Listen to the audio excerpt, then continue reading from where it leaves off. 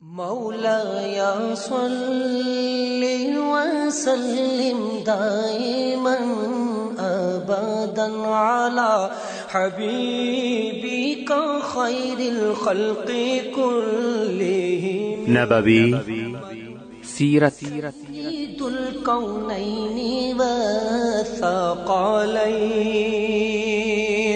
محمد په دې خبرونه کې به تاسو ته د رسول الله صلی الله علیه وسلم د ژوند حالات په تفصیل سره وړاندې شي.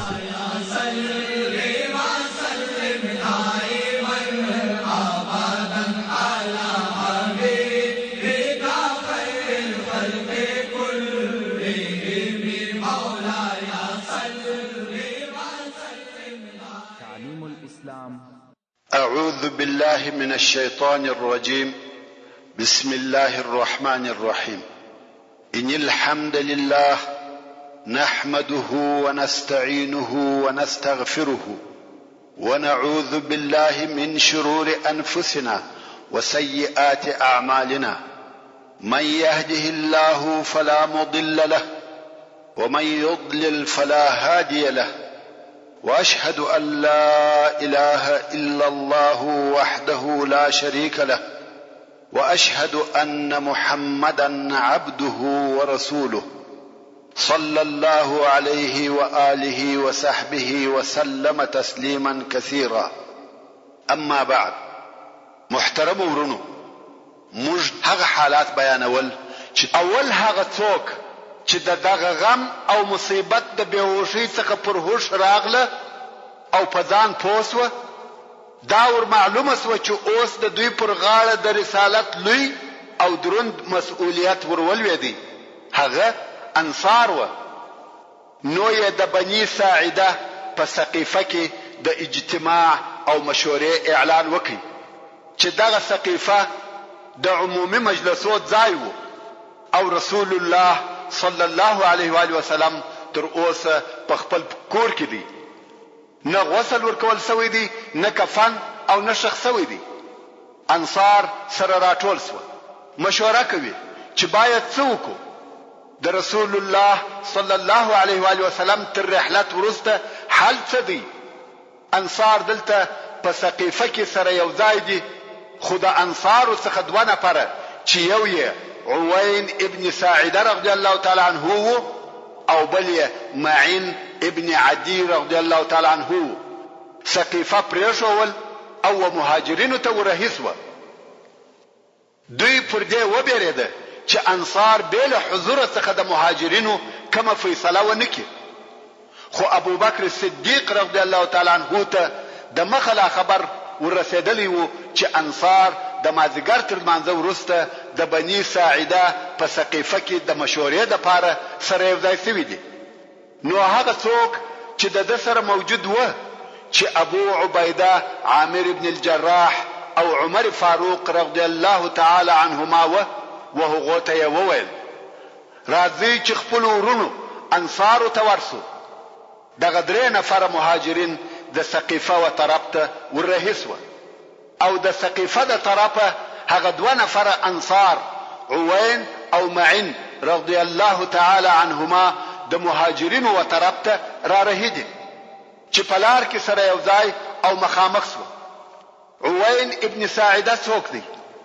کم وخت چې دغه آیات شریف نازل سو فيه رجال يحبون ان يتطهروا والله يحب المطهرين، یعنی په دغه قبا کې داسې خلق دي چې دا یې خوښه ده چې خپل ځانونه د ګناهو او نجاستو څخه پاک وساتي او الله جل جلاله پاکی کوونکی خوښ لري.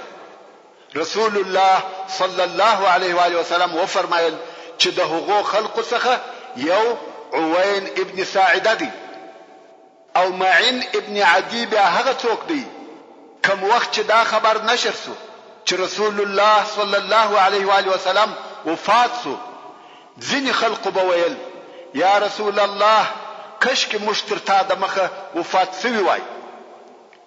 مګر معین رضی الله تعالی عنه ولاړ سو او ویل زه د ځان دپاره دا نه خوښوم چې تر رسول الله صلی الله علیه و آله وسلم د مخه مړ شوی وای. دا د دې لپاره چې پس له رحلت یې هم داسې تصدیق وکم لکه تر رحلت د مخه چې می تصدیق کاوه، او د دغه رسالت لپاره تر رسول الله صلی الله علیه و آله وسلم وروسته کار وکم. دا دغه دوه نفرو مقام او درجه و. نو د انصارو دغه دوه نفره د مهاجرینو د هغه درو نفرو مشرانو سره په لار کې یو ځای شو او ورته ویل تاسو مهاجرین د رسول الله صلی الله علیه و آله وسلم وزیران یاست، و هغه کارو ته مګوري چې انصار یې کوي. د کارو فیصله په تاسو پورې تعلق لري او تاسو یې فیصله وکړي. دغه دوه نفره انصار مهاجرین و هغه کار ته وربولي او تشویقوي چې واقعا هغه کار د دوی حق وو. که څه هم دغه خبرې د دوی د قوم د انصارو پر ضد وي، خدا هغه د زړه صافوالی، صدق او امانت او حق ته تسلیمېده. یو انسان که د خپل قوم او اقرباو څخه جلا کیږي او یوازې یو کار کوي دا صحیح ده، خدا هغه وخت او په هغه ځای کې کېدلای شي چې د یقین او عقیده وي چې دغه زما کار حق او صحیح لار ده، او واقعا هم هغه کار حق او صحیح وي. ابو بکر صدیق رضی الله تعالی عنه دغه د دوی خبره نه ومنل او ویل یا موږ زموږ د ورونو انصارو سره یو ځای کیږو، غواړو چې خبره مو یوه وي، تفرقه او جلاوالی نه غواړو. بیا هم د مهاجرینو دغه درې نفره مشران د انصارو د اجتماع و ځای ته ورغله. هلته سعد ابن عباده رضی الله تعالی عنه ولاړ سو او په خبرو یې شروع وکړه. د الله جل جلاله تر حمد او ثنا ورسته پر رسول الله صلی الله علیه و آله وسلم درود ووایه او بیا یې وویل یا معشر الانصار، تاسو په دین کې سابقه لري او په اسلام کې داسې فضیلت لري چې د عربو بل قبیله یې نه لري. رسول الله صلی الله علیه و آله وسلم 14 کاله په خپل قوم کې واوسېدی چې هغه د رحمان و عبادت ته رابلل او د بوتانو په پریښولو یې امر کول، مګر د قوم څخه یې بېله لږو نفرو بل چا ایمان نه راوړي، او دغه لږو نفرو د دې قدرت نه درلودی چې د رسول الله صلی الله علیه و آله وسلم څخه آزارونه منع کړي او نه د علیه الصلاة والسلام و دین ته عزت او لوړوالی ورکولای شوی او نه د خپل ځانو څخه دفاع کولای شوی، ترڅو چې الله جل جلاله ستاسو د فضیلت اراده وکړه او تاسو ته عزت او کرامت راوستي او تاسو د اسلام په نعمت خاص کړاست. الله جل جلاله پر الله او پر رسول الله ایمان راوړل ستاسو نصیب وګرځاوه. د رسول الله صلی الله علیه و آله وسلم او د اصحاب څخه دفاع ستاسو برخه شوه. د رسول الله صلی الله علیه و آله وسلم او د دین عزت او د رسول الله صلی الله علیه و آله وسلم د دشمنانو سره جهاد ستاسو نصیب شو. تاسو واست چې تر بل چا د علیه الصلاة والسلام پر دشمنانو شدید واست، ترڅو چې عرب که خوش و که ناخوش د الله جل جلاله د امر تابع سوه، او الله جل جلاله ستاسو په واسطه و خپل رسول ته ځکه تابع کړه. ستاسو په تورو ټول عرب و رسول الله صلی الله علیه و آله وسلم ته کښته او تابع سوه، او بیا الله جل جلاله رسول الله صلی الله علیه و آله وسلم وفات کړي او دای ستاسو څخه راضي وو، په تاسو یې سترګې یخي او خنوکي وي. نو د رسول الله صلی الله علیه و آله وسلم خلافت بیل ګډون او اشتراک د نور خلقو د ځان د پاره واخلي. دغه خلافت یوازې ستاسو حق دی. عمر فاروق رضی الله تعالی عنه وایي کم وخت چې سعد ابن عباده رضی الله تعالی عنه خبرې کولې، ما هم د خپل ځان سره خبرې جوړې کړې او دا مې اراده و کم وخت چې د سعد ابن عباده رضی الله تعالی عنہ خبرې خلاص شي بیا به زه د خبرو په جواب کې خبرې وکم. کم وخت چې سعد ابن عباده رضی الله تعالی عنہ د خبرو کولو څخه فارغ سو حضرت عمر رضی الله تعالی عنہ ولاړ سو غواړي چې خبرې وکړي. ابو بکر صدیق رضی الله تعالی عنہ تر لاس ونیوي او ویل على رسلك يا عمر یعنی ته تلوار مکوه. عمر رضی الله تعالی عنہ وایي زه کښېنستم او ابو بکر صدیق رضی الله تعالی عنہ ولاړ سو او ویل اے خلقو موږ مهاجرین یو او تر ټولو خلقو په اسلام کې د مخه یو. حسب او نسب مو تر ټولو عزتمن دي، ژوند مو میانه دي او په خلقو کې مو درجه لوړه ده. نسل مو تر هر چا زیات او په رحم کې تر هر چا ورسول الله صلی الله علیه و آله وسلم ته نږدې یو. تر تاسو د مخه مسلمانان سوي یو او په قران کریم کې تر تاسو د مخه ذکر سوي یو. الله تبارک وتعالى فرمایي والسابقون الاولون من المهاجرين والانصار. موږ مهاجرین یو، تاسو انصار یاست.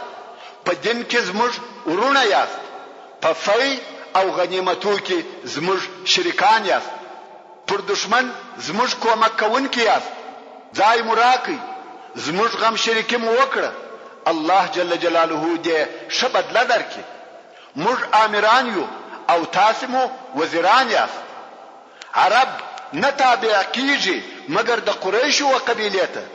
تاسو د خپل ورونو سره په هغه شي کې چې الله جل جلاله د خپل فضل و دوی ته ورکړی دی رقابت او منافسه مکوي.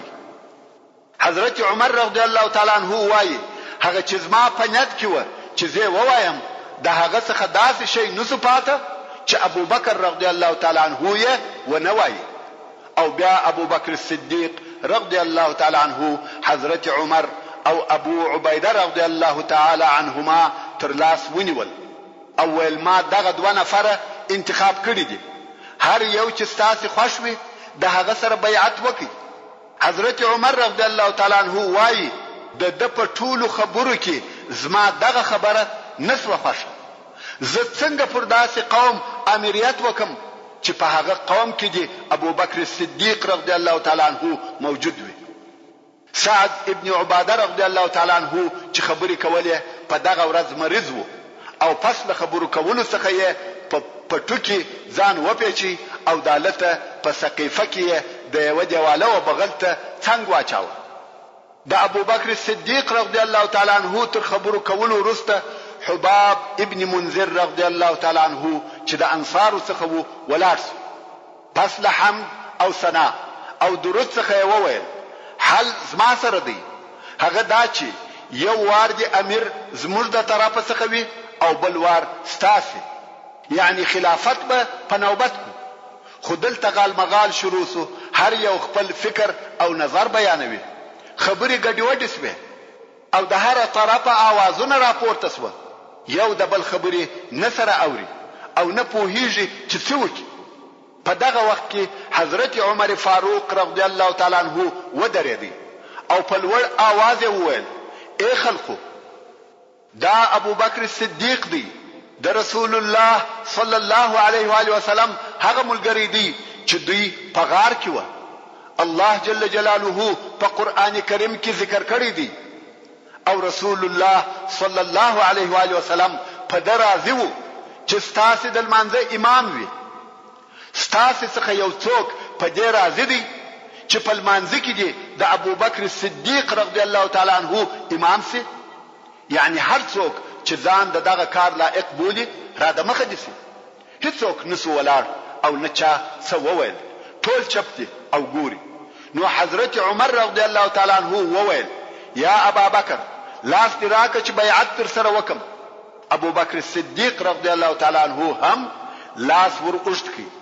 دا ولی آیا د هغه شوق د خلافت وو یا ځکه در رضی الله تعالی عنہ د خلقو اختلاف ولیدي په دغه وختو کې بل فوري او قطعي فیصله څخه بل چاره نشته. کوم وخت چې ابو بکر صدیق رضی الله تعالی عنہ د بیعت کولو د پاره لاس ور وغځاوه د مخه تر دې چې حضرت عمر رضی الله تعالی عنہ بیعت ورسره وکړي د انصارو څخه یو نفر چې بشیر ابن سعد رضی الله تعالی عنہ نوم یې دی وروغورځېدی د ابو بکر صدیق رضی الله تعالی عنہ لاس یې ونیوی او بیعت یې وکړي. دغه سړی د انصارو څخه و او غوښته چې اول هغه څوک سي چې بیعت کوي او اول نفر هم دیس. بیا عمر رضی الله تعالی عنہ بیعت وکړي او خلقو په بیعت کولو شروع وکړه.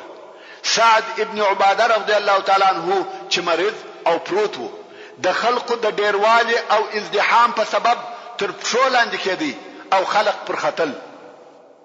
نو د بني ساعده د سقيفه د مشورو او بحثو انتها او فیصله د ابو بکر صدیق رضی الله تعالی عنہ سره پر بیعت وسوه.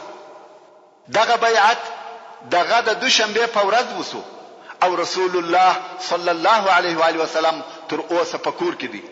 سبا ورځ چې د سه شنبه ورځ و او خلق د ماپښین د لمانځه د پاره سره یو ځای شو. ابو بکر صدیق رضی الله تعالی عنہ اراده وکړه چې منبر ته وخیږي. حضرت عمر رضی الله تعالی عنہ ویل لږ انتظار وکړه یا ابا بکر او په خپل عمر رضی الله تعالی عنہ منبر ته وختی. اول هغه خبره چې ما پرون کول چې رسول الله صلی الله علیه و آله وسلم نبی وفات شوی هغه د شیطان د طرفه شویدل و. یعنی زه هغه خپل خبره بیرته اخلم هغه خطاوه. او بل ستاسو د شورا خلقو ستاسو د نبی پر خلافت د هغه پر هغه صاحب او ملګری اتفاق وکي چې د علیه الصلاۃ والسلام سره په غار کې ملګری وو. نو ولارسي او بیعت ورسره وکي. خلق هم ور ولارسو او د ابو بکر صدیق رضی الله تعالی عنہ سره پر بیعت کولو ازدحام دی. هر یو غواړي چې تر هغه بل د مخه بیعت وکي. کم وخت چې بیعت پای ته ورسېدی او ټول خلق بیعت ورسره وکي ابو بکر صدیق رضی الله تعالی عنہ منبر ته وختي.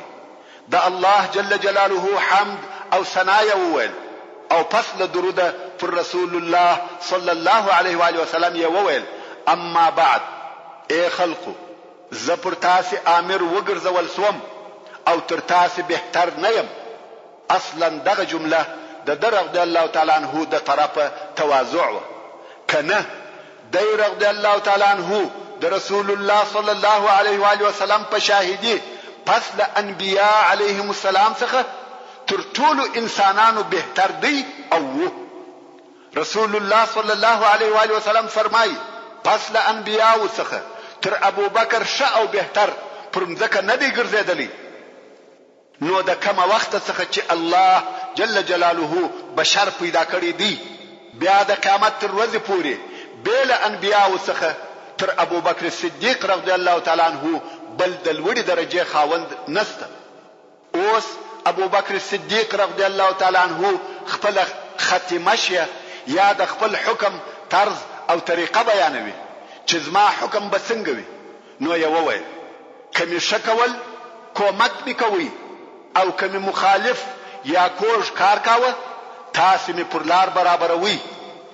رښتیا ویل امانت دی او درواغ ویل خیانت دی. یعنی هیڅ وخت به د یوې موضوع په باره کې خلاف درته ونه وایم بلکې صادق او صریح به یم. په معلوماتو او اخبارو کې به اړول او مخالفت نوي. نو ځکه ویل الصدق امانه والكذب خیانه. ورونو دغه د حکم قانون دی. هر حاکم باید داسې وي نه لکه د نن ورځې حاکمان چې د ملت سره سراسر په درواغو او خطا ایستلو ژوند کوي. او ویل ستاسې ضعیف زما په حضور قوي دی تر څو چې حق یې ور اخلم ان شاء الله او ستاسې قوي زما په حضور ضعیف دی تر څو چې د څخه حق اخلم ان شاء الله. او هر قوم چې فی سبیل الله جهاد پریږدي هغه قوم ته الله جل جلاله ذلت او خواري راولي. یعنی جهاد ته دوام ورکوم او نه پریږدم. او په هیڅ قوم کې فواحش نه دي نشر شوي مگر الله جل جلاله پر هغو عام آفت نازل کړی دي. یعنی فحشا ته به هیڅ کله اجازه ورنکم د فحشا په باره کې به هیڅ نرمي ونکم. ترڅو چې د الله او رسول الله اطاعت کوم زما اطاعت کوي او کما د الله او رسول الله نافرمانی وکړه بیا نو زما اطاعت پر تاسو نه دی لازم. او په اخر کې وویل خپل منځ ته مو ولاړ سي يرحمكم الله. دا د ابو بکر صدیق رضی الله تعالی عنہ د خلافت د دوره اولنی خطبه و او خلقو د ماپښین منځ ادا کړي. تعلیم الاسلام دغه ورځ چې د هجرت د 11 کال د ربيع الاول د میاشتې 14 او د سهشنبه ورځ و رسول الله صلی الله علیه و آله وسلم د پرون څخه په خپل کور کې دی او خلق نه پوهیږي چې د هغه په باره کې څه وکړي. خو په دغه ورځ د رسول الله صلی الله علیه و آله وسلم اهل بیت د علیه الصلاة والسلام د غسل او شخیدو نیت وکړي. نو علی ابن ابي طالب، عباس ابن عبد المطلب، فضل ابن عباس، قسم ابن عباس، اسامه ابن زید، شقران مولى رسول الله صلى الله عليه وآله وسلم رضي الله تعالى عنهم اجمعين سره یو ځای شو چې رسول الله صلى الله عليه وآله وسلم ته غسل ورکړي. دا خبر د رسول الله صلى الله عليه وآله وسلم د اصحاب څخه یو نفر ته ورسېدی چې د انصار او اهل بدر څخه وو او اوس ابن خولین نومېدی. دغه اوس رضی الله تعالی عنہ ورغلی او اجازه وغوښته. علی رضی الله تعالی عنہ ورته راووتی. اوس رضی الله تعالی عنہ ویل یا علی د الله د پاره او په هغه صحبت چې زید رسول الله صلی الله علیه و آله وسلم سره لرم او په سبب د هغه حصے چې موږ انصار یې د رسول الله صلی الله علیه و آله وسلم څخه لرو اجازه راکړه چې د رسول الله صلی الله علیه و آله وسلم په غسل کې کومک در سره وکم. نو اوس ابن خولی رضی الله تعالی عنہ چې د انصار څخه وو هغه هم د رسول الله صلی الله علیه و آله وسلم په غسل ورکولو کې حصہ واخیسته. اوس دوی غواړي چې رسول الله صلی الله علیه و آله وسلم ته غسل ورکړي مګر نه پوهیږي چې څنګه وکړي. آیا کالی ځنی وکاږي لکه د نور خلق سره چې دا کار کیږي او که د خپل کالو سره غسل ورکړي چې دا کار بیا هغه د غسل د عادت څخه مخالف وو. ډېر متحیر او په فکر کې سو کښینسته نه پوهیږي چې څه وکړي. په دغه وخت کې پر ټولو د خوب یو پریشانی راغله. ټول بده سو. د کور د طرفه یې आवाज واوریدي چې ویل رسول الله صلی الله علیه و آله وسلم ته د خپل کالو سره غسل ورکړي. دوی راوښتو او هر یو وهغه بل توایي دغه आवाज دی واوریدي ویل هو دا د الله جل جلاله د طرفه هاتفي आवाज وو چې ودوی ته لارښوونه وکړه. نو یې رسول الله صلی الله علیه و آله وسلم ته د خپل کالو سره غسل ورکړي. عباس رضی الله تعالی عنہ او د دوه زامنو فضل او قسم د رسول الله صلی الله علیه و آله وسلم جسد پر لاړه. اسامه او شقران وبورته ویلې. علی رضی الله تعالی عنہ پریولی او رضی الله تعالی عنہ وخپل زګر ته تکه کړی وو. رسول الله صلی الله علیه و آله وسلم ته غسل ورکول سو. بیا په دروس پینو ټکرانو کفن ورکړ سو. پس له غسل او کفن څخه وخلق ته د جنازې د لمانځه اجازه ورکړ سو چې پر رسول الله صلی الله علیه و آله وسلم د جنازې المنځ ادا کړي. لس نفر مبارک حجرې ته ور داخليده او المنځ ادا کاوه. دغه المنځ په جمع یا د یو چا په امامت نو بلکې هر یو جلال منځ کاوه. اول د رسول الله صلی الله علیه و آله وسلم اهل بیت المنځ ادا کړي. بیا مهاجرینو او بیا انصارو المنځ ادا کړي. تر نورانو ورسته شذو په دغه طریقه سره یعنی به امامه او به جماعته په انفرادي شکل سره المنځ ادا کړي او بیا کوچنیانو المنځ ادا کړي. دغه د جنازې د لمانځه په ادا کولو کې د سه شنبه ورځ ټوله تیر شوه او د چهار شنبه شپه داخله شوه. اوس بیا د رسول الله صلی الله علیه و آله وسلم اهل بیت په فکر کې شوه چې جسد مبارک چیرې شخ کی. آیا په مسجد کې شخ کی د حضرت عائشه رضی الله تعالی عنها په کور کې پر هغه ځای یې شخ کې چې هلته وفات شوی دی او کې په بقیع کې شخ کې دلته هم په حیرت او فکر کې سو. نو یو ابو بکر صدیق رضی الله تعالی عنه ته نفر ولېږي چې مشوره ورسره وکړي چې څه وکړو. ابو بکر صدیق رضی الله تعالی عنه وویل ما د رسول الله صلی الله علیه و آله وسلم څخه اوریدلی دي چې موږ انبیا هلته شخیږو چیرې چې مو روح قبض کړسي، یعنی د شخیدو ځای مو هغه د روح د قبض کېدو ځای دی. د ابو بکر صدیق رضی الله تعالی عنه د طرفه دغه امر او مشوره ورته راغله. دوی هم د دې آمادګي ونیول چې د حضرت عائشه رضی الله تعالی عنها په خونه او پر هغه ځای چې د رسول الله صلی الله علیه و آله وسلم بستر آوار وو قبر وکینی. مګر اوس بیا نه پوهیږي چې قبر څنګه وکینی، ځکه هلته په مدینه منوره کې قبرونه پر دوه قسمه کیندل کېده. مهاجرینو بلا حد قبرونه کینل او انصارو بیا وقبر ته لحد ورکاوه. لحد چی شری؟ لحد هغه کښته په قبر کې د قبله و طرف ته هغه بل کیندل سوی ځای ته لحد ویل کیږي چې د مړي جسد په هغه لحد کې ایښول کیږي او بیا خښته ورته درول کیږي. اوس اهل بیت کرام نه پوهیږي چې به لحد قبر جوړ کی او کده لحد قبر.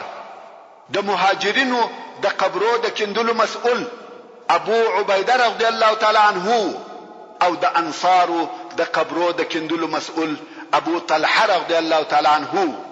نو عباس رضی الله تعالی عنه یو نفر و ابو عبیده رضی الله تعالی عنه ته ولېږي او یو نفر یې و ابو طلحه رضی الله تعالی عنه ته ولېږي او الهی ته ستاد نبی د پاره اختیار کا هر یو چې د مخ راغلی د هغه پر ډول به قبر وکینو. خو اول ابو طلحه رضی الله تعالی عنه را ورسېدی د قبر په کیندلو شروع وکړه او د لحد قبر یې جوړ کړ. دا کار د چهارشنبه په شپه وسو. حضرت عائشه رضی الله تعالی عنها وایي موږ د رسول الله صلی الله علیه و آله وسلم په شخیدلو نسو خبر مگر د کولنګانو په आवाजو. د چهارشنبه په شپه مو په نیمه شپه کې د کیندلو आवाजونه واوریده. نو د سه شنبه ورځ تیر سو او د چهارشنبه په شپه د شپې کیندل شروع سو او قبر جوړ سو. بیا نو علي، فضل، قسم، شقران رضی الله تعالی عنهم اجمعین وقبر تورکشت سو او رسول الله صلی الله علیه و آله وسلم یې وقبر تور داخل کی. مغیره ابن شعبه رضی الله تعالی عنه د رسول الله صلی الله علیه و آله وسلم محافظ هم دغه دفن په کار کې ګډون او اشتراک ورسره کړی وو. کوم وخت چې خلق د قبر څخه راپورته سو غواړي چې اوس خاوري ورواچوي، مغیره رضی الله تعالی عنه خپل انګشتری کښلې و او قصدا یې په قبر کې پرې ایښه و. نو ویلږ صبر وکي، زما انګشتری په قبر کې لویدلې ده، غواړم چې راوایخلم. ویل ورکشته سه. مغیره رضی الله تعالی عنه قبر ته ورکشته سو. اول یې د رسول الله صلی الله علیه و آله وسلم مبارک جسد په غیږ کې ونیوي او مچې کوي. بیا یې خپل انګشتری راواخیسته. مغیره رضی الله تعالی عنه وایي د دې کار څخه زما مقصد دا و چې زه هغه آخري نفر سم چې د رسول الله صلی الله علیه و آله وسلم مبارک جسد می مسح کړی وي او آخري نفر سم چې د رسول الله صلی الله علیه و آله وسلم سره می وداع کړی وي. دا د اصحاب کرامو هغه ډیر حب او محبت وو چې د خپل حبیب او محبوب رسول الله صلی الله علیه و آله وسلم صلوات الله علیه وسلامه سره یې درلودي. اوس چې د شخیدلو وخت سو ټول اصحاب کرام وایي پر رسول الله صلی الله علیه و آله وسلم څنګه خاوري واچو. موږ دا کار نسو کولای. دا کار ډیر سخت او مشکل دی چې موږ دې پر رسول الله صلی الله علیه و آله وسلم خاوري ورواړو. خود رسول الله صلی الله علیه و آله وسلم هغه حدیث شریف ورپیاسو چې ودوی ته فرمایلی و زما ژوند ستاسو د پاره خیر دی او زما وفات ستاسو د پاره خیر دی. ژوند مې په دې سبب ستاسې دپاره خیر دی چې سمه لار درښیم، او وفات مې په دې سبب ستاسې دپاره خیر دی چې هره پنجشنبې یا د جمعې په شپه ستاسې عملونه ما ته وړاندې کیږي. که مو په عملو کې خیر او ښه کارونه وه، د الله جل جلاله حمد ووایم، او که شر یا بد کارونه وه، ستاسې دپاره د الله جل جلاله څخه بخښنه غواړم. صحابه کرام وویل یا رسول الله، آیا پس له وفات څخه ته موږ پیژنې؟ رسول الله صلی الله علیه و آله وسلم وفرمایل زه ستاسې په نومو او نسب سره پیژنم، د قیامت تر ورځې تاسې هر یو جلا جلا پیژنم. صحابه کرام وویل ته څنګه و موږ ته دعا کوې، ستا جسم به خاورې سوی وي؟ رسول الله صلی الله علیه و آله وسلم وفرمایل الله جل جلاله د انبیاء علیهم السلام جسد پر مځکه حرام کړی دی، یعنی مځکه یې نه خرابوي او نه خاورې کیږي. نو یې دغه حدیث شریف په یادولو سره د رسول الله صلی الله علیه و آله وسلم پر مبارک جسد خاورې واچولې. رسول الله صلی الله علیه و آله وسلم د شپې د حضرت عایشه رضی الله تعالی عنها په کور او خونه کې شخ کړه سو. حضرت علی رضی الله تعالی عنہ خپل کور ته ولاړی چې هلته فاطمه الزهرا رضی الله تعالی عنها د رسول الله صلی الله علیه و آله وسلم لور ډیر شدید ژړل او ویل یې یا علی، ستاسې زړه څنګه قبلول چې پر رسول الله صلی الله علیه و آله وسلم خاورې واچوي؟ دا مو څنګه په وسه پوره سوه چې پر رسول الله صلی الله علیه و آله وسلم خاورې ورواړوي؟ انس ابن مالک رضی الله تعالی عنہ وایي د دوشنبه په ورځ رسول الله صلی الله علیه و آله وسلم مدینه منورې ته راغلی او هر شی پر روښانه سو، او د دوشنبه په ورځ رسول الله صلی الله علیه و آله وسلم په مدینه منوره کې رحلت وکړي او هر شی تاریک سو. اوس نو په مدینه منوره کې حالات څنګه و؟ صحابه کرامو یو د بل سره خبرې نه کولې، وایي موږ خپل کورو ته ولاړو، ځکه تغیر کړی وو، د خپل ښځو سره مو خبرې نه کولې، هر یو په خپل بستر کې ناست یو او ژاړو، خوب نسته، موږ یو او ژړا، د ځانو سره وایو زموږ محبوب رسول الله صلی الله علیه و آله وسلم چیرې دی؟ مگر مرګ حق دی، ټول انسانان نه بلکې ټول موجودات به دغه پیاله نوشوي. دغه شپه تیره سوه، د سپېدو د چاودلو سره د سهار د اذان وخت سو. حضرت بلال رضی الله تعالی عنہ راغلی، غواړي چې اذان وکړي، خو په اذان کې چې ودې ځای ته ورسېدی اشهد ان محمدن رسول الله د ډیر ژړا څخه نسی پوره کولای.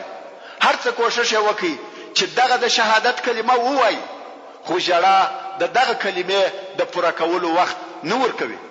دا هغه کلمه و چې د رسول الله صلی الله علیه و آله وسلم په حضور او وجود کې به ویل، او اوس هغه محبوب نسته. نو ابو بکر صدیق رضی الله تعالی عنہ ته ورغلی او د اذان د کولو څخه معافظنی وغوښته. ورونو، د رسول الله صلی الله علیه و آله وسلم د وفات غم او مصیبت داسې لوی او عظیم مصیبت دی چې بل هیڅ غم نسی ورسره برابرېدلی. په دغه رحلت آسمانی وحی قطع سوی.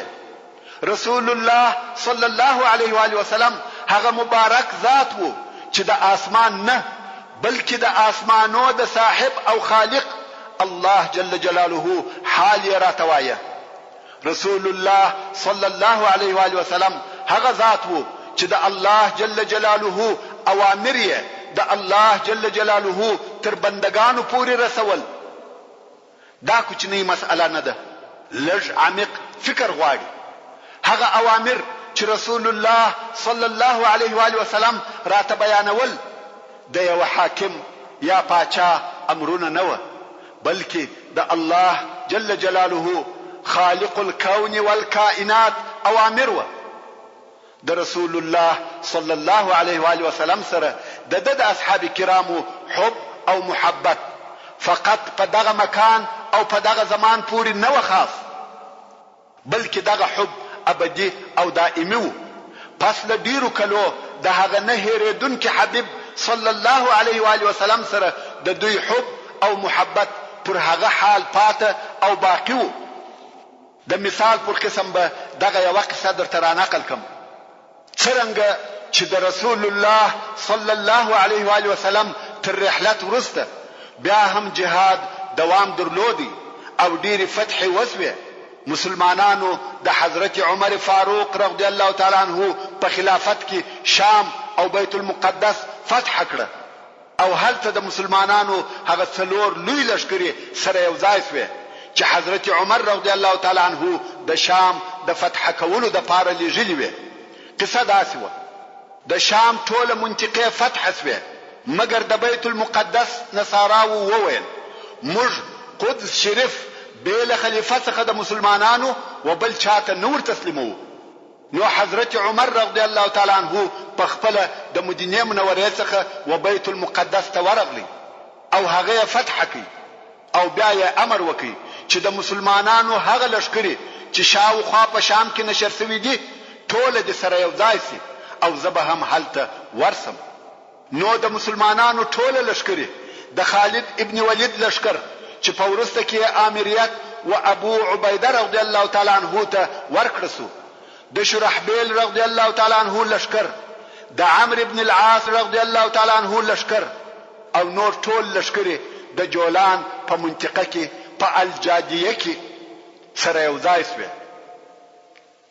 دا هغه وخت وو چې الله جل جلاله د کفارو شان او شوکت، دبدبه او هیبت ورمات کړی و.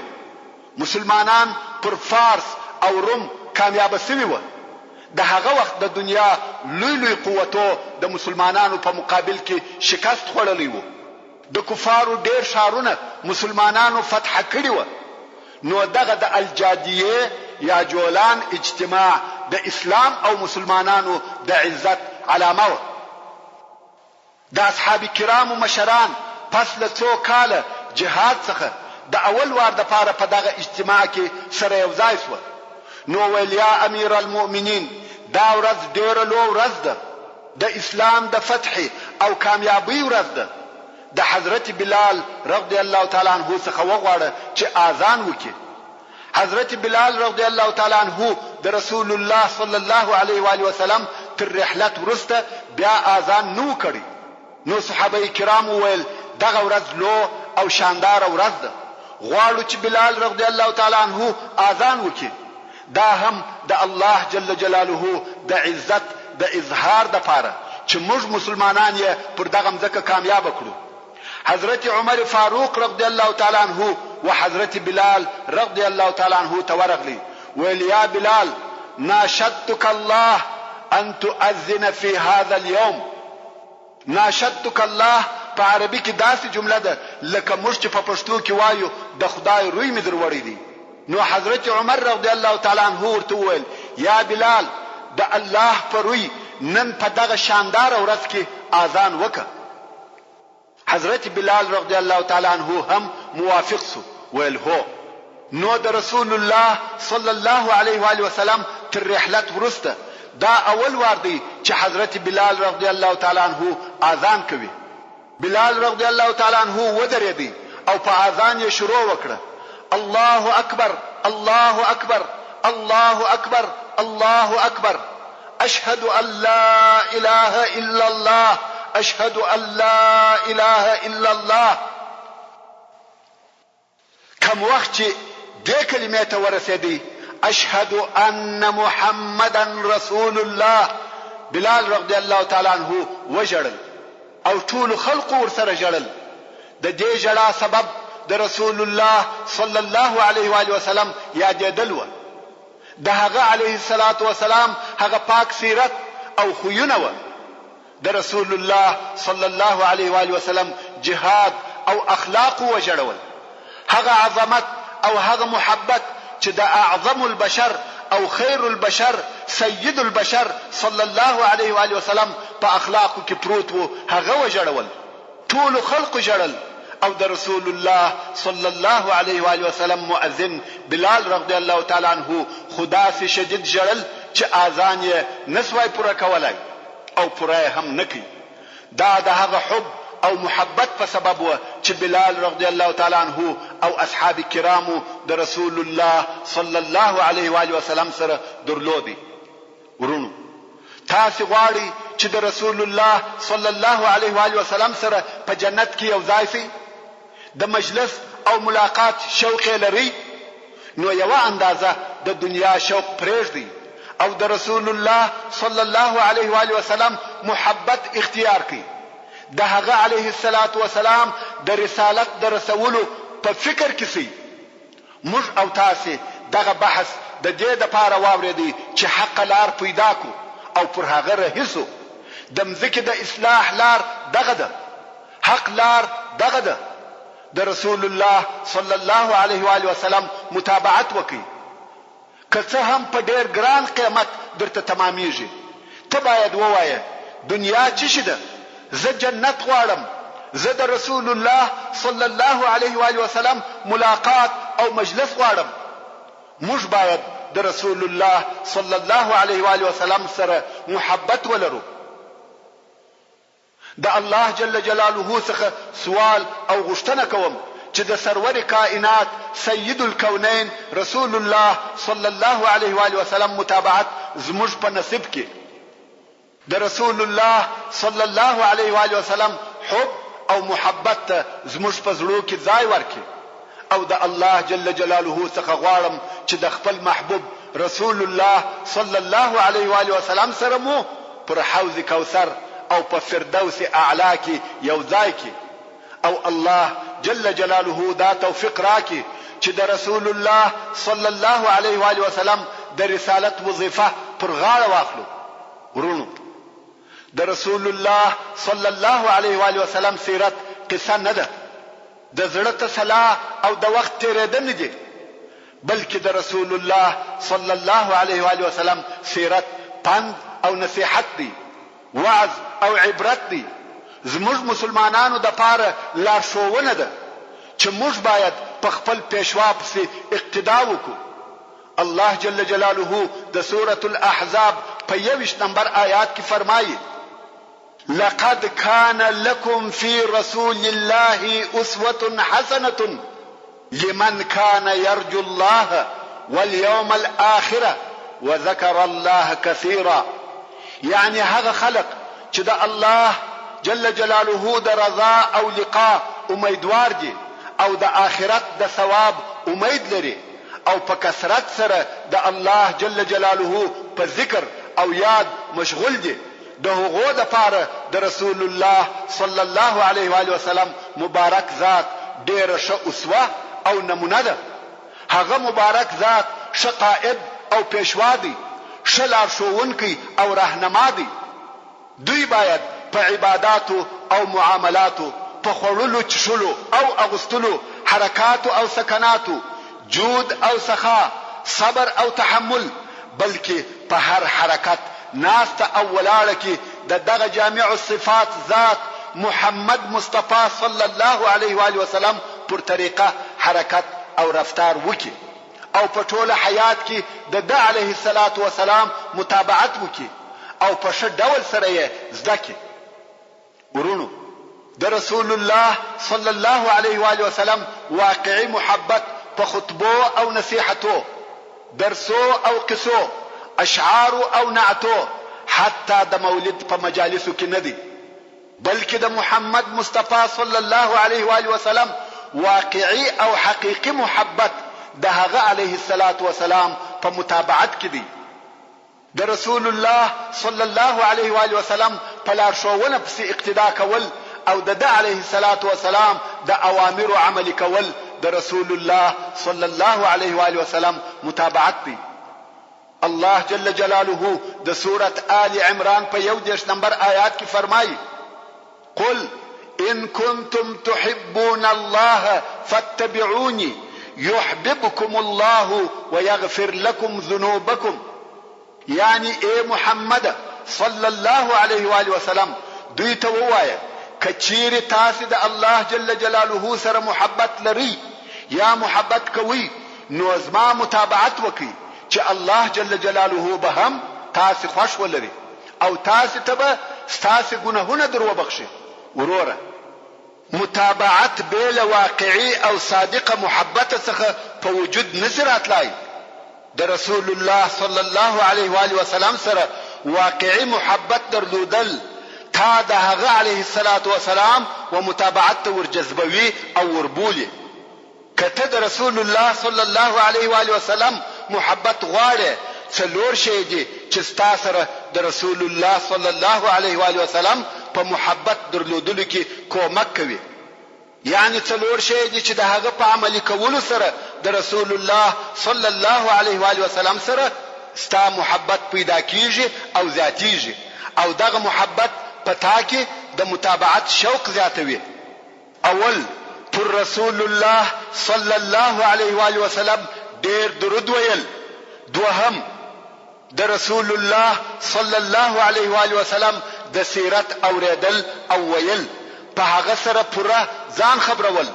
دریم د رسول الله صلی الله علیه و آله وسلم د طریقې متابعت کول. کته غواړي چې رسول الله صلی الله علیه و آله وسلم خوش ولري او محبت ورسره زیات سي متابعت یې کوه. څلورم د رسول الله صلی الله علیه و آله وسلم د شهر مدینه منوره زیارت خاصتا د روضه مبارکه. الله جل جلاله دې ما او تاسو د هغو کسانو څخه وګرځوي چې د رسول الله صلی الله علیه و آله وسلم سره محبت لري او د هغه علیه الصلاة والسلام پر طریقه رهوي او د هغه د رسالت د رسولو د پاره ژوند کوي او تر هغه د رسول الله صلی الله علیه و آله وسلم متابعت وکړو تر څو چې د الله جل جلاله په حضور کې دریږو. آمین ثم آمین ثم آمین. محترم ورونو زموږ پاته بحث به پراتلونکي کې واوري ان شاء الله تعالی.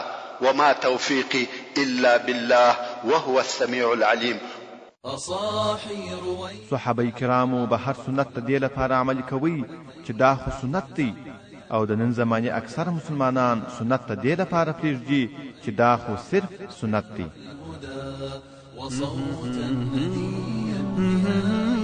تعلیم الاسلام رادیو ستاسو د ذهنونو روښانه کوونکی. تشرب من وحي الرحمن 9.9 FM کندهار.